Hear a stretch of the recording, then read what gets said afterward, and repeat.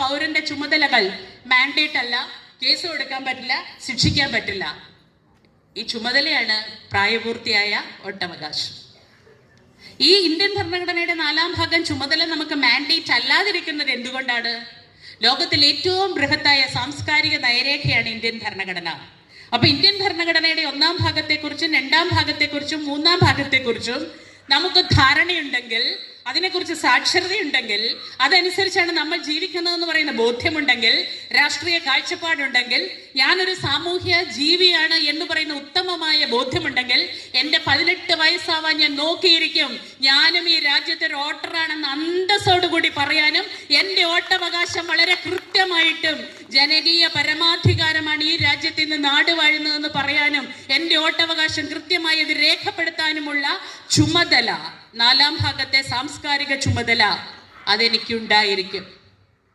അതില്ലെങ്കിൽ പിന്നെ എന്ത് പറയാനാ? പക്ഷെ അതുള്ളവരാണ് ഇവിടുത്തെ ബഹുഭൂരിപക്ഷം വോട്ടർമാര് എന്ന് ഈ കോമാളി വേഷം കെട്ടി മുന്നിൽ വന്ന് നിൽക്കുന്നവർ ധരിക്കരുത്. സമരം ചെയ്താൽ സംസ്കാരം ഉണ്ടാകുമോ എന്ന് ചോദിച്ചു.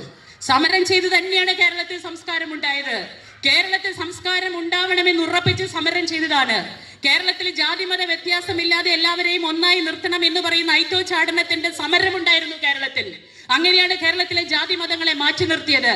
ജാതി മതങ്ങളുടെ വേലിക്കെട്ടുകൾ പൊളിച്ചെറിഞ്ഞത് സമരം ചെയ്തിട്ടാണ്.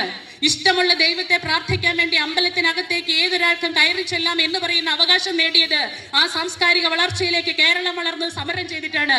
എന്തിന്? കേരളത്തിലെ അടിസ്ഥാന വർഗത്തിനും സ്ത്രീകൾക്കും വിദ്യാഭ്യാസം ചെയ്യാം എന്ന് പറയുന്ന അവകാശത്തിലേക്ക് അയ്യൻകാളി കൊച്ചുകുട്ടിയുടെ കൈ പിടിച്ചുകൊണ്ടൊരു സ്കൂളിലേക്ക് കടന്നു ചെന്നപ്പോൾ നിങ്ങൾക്ക് പഠിക്കാൻ അവകാശമില്ല എന്ന് പറഞ്ഞെടുത്ത് സമരം ചെയ്തതാണ്. അതാണ് ആദ്യത്തെ കർഷക സമരം.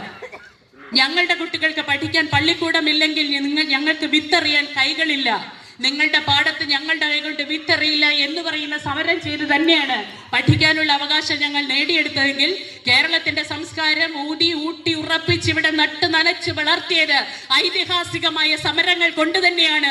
അതുകൊണ്ട് സമരം ചെയ്താൽ തന്നെ ഉണ്ടാകുന്നതാണ് സംസ്കാരം. അല്ലാതെ വായിൽ വെള്ളിക്കരണ്ടിയുമായി ജനിച്ചു വീണുമ്പോ ആ സെലിബ്രിറ്റി സ്റ്റാർഡം നോക്കി ഏതെങ്കിലും ഒരു ആർക്കും വേണ്ടാത്ത ഒരു മണ്ഡലത്തിൽ ഏതെങ്കിലും ഒക്കെ പറയുന്ന പേരുദോഷങ്ങളുടെ അപ്പുറത്തേക്ക് പിൻഗാമിയായിട്ട് നിൽക്കാൻ പോകുന്നത് എന്റെ സഹപ്രവർത്തകനാണെങ്കിൽ എന്റെ കൂട്ടുകാരാ, നിന്നെ ഓർത്ത് സഹതപിക്കാൻ മാത്രമേ നമുക്ക് പറ്റുന്നുള്ളൂ എന്ന് കേരളത്തിലെ വോട്ടർമാർക്ക് പറയാൻ പറ്റുന്ന സാംസ്കാരിക ഔന്നത്യത്തിലേക്ക് കേരളത്തെ എത്തിച്ചത് ഇടതുപക്ഷം നയിച്ചിട്ടുള്ള ഐതിഹാസികമായ സമരങ്ങളിലൂടെ തന്നെയാണ് എന്ന് കേരളത്തിലെ ജനങ്ങൾ പറയുന്നതായിരിക്കും നമ്മളുടെ പ്രവർത്തനങ്ങൾ എന്നുള്ളിടത്തേക്ക് നമ്മൾക്ക് വളരാൻ കഴിയട്ടെ എന്ന് മാത്രം അഭ്യർത്ഥിച്ചുകൊണ്ട് ഈ യോഗം ഉദ്ഘാടനം ചെയ്യുന്നതായി പ്രഖ്യാപിക്കുന്നു. നന്ദി, നമസ്കാരം.